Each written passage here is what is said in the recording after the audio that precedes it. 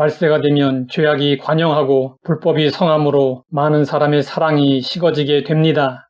지금 세상은 예수님이 종말의 때와 인자의 재림의 때의 기준으로 제시한 노아의 때와 롯의 때와 방불한 상황으로 변해가고 있습니다.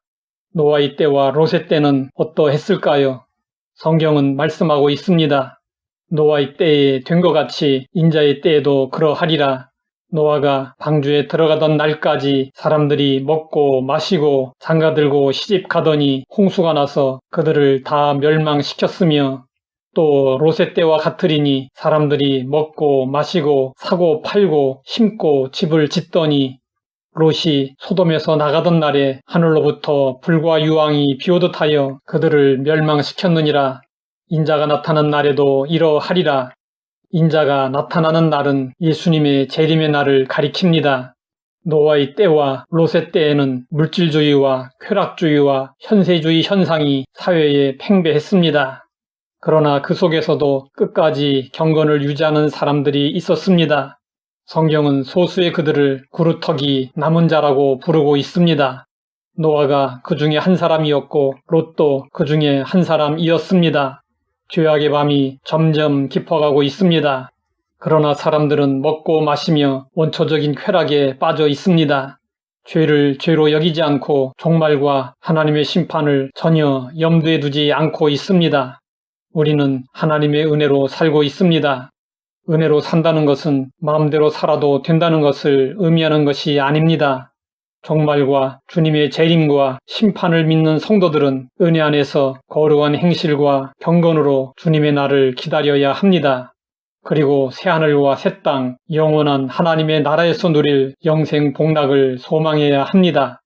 폴 트루니에는 스위스 내과 의사이자 정신의학자이며 유명한 저술가입니다. 그리스에 휴가를 갔는데 갑자기 그의 아내가 심장마비를 일으켜 세상을 떠났습니다. 죽음 직전에 폴 트루니에의 아내는 평화로운 미소를 지으며 남편에게 말했습니다. 여보, 오늘 천국에 도착하면 먼저 가 계신 시 부모님을 만나 정말 즐거울 것 같아요. 그 말에 폴 트루니에는 큰 감동을 받았습니다. 죽음을 마치 기차를 타고 제네바에 다시 돌아가는 것처럼, 사랑하는 가족을 다시 만나는 것처럼 태연하게 받아들였기 때문이었습니다. 이로 인해 폴 트루니에는 부활과 영원한 소망을 확실하게 갖게 되었다고 고백했습니다. 우리에게도 영원한 소망이 있어야 합니다. 성도들에게 죽음은 긴 잠과 같습니다. 자다 깨어 일어나면 아침이듯이 죽음의 잠을 자고 깨어 일어나면 영광의 빛으로 가득한 천국입니다. 그날이 멀지 않았습니다. 성경은 말씀하고 있습니다. 그 날에는 하늘이 큰 소리로 떠나가고 물질이 뜨거운 불에 풀어지고 땅과 그 중에 있는 모든 일이 드러나리로다. 이 모든 것이 이렇게 풀어지리니 너희가 어떤 사람이 되어야 마땅하냐. 거룩한 행실과 경건함으로 하나님의 날이 임하기를 바라보고 간절히 사모하라.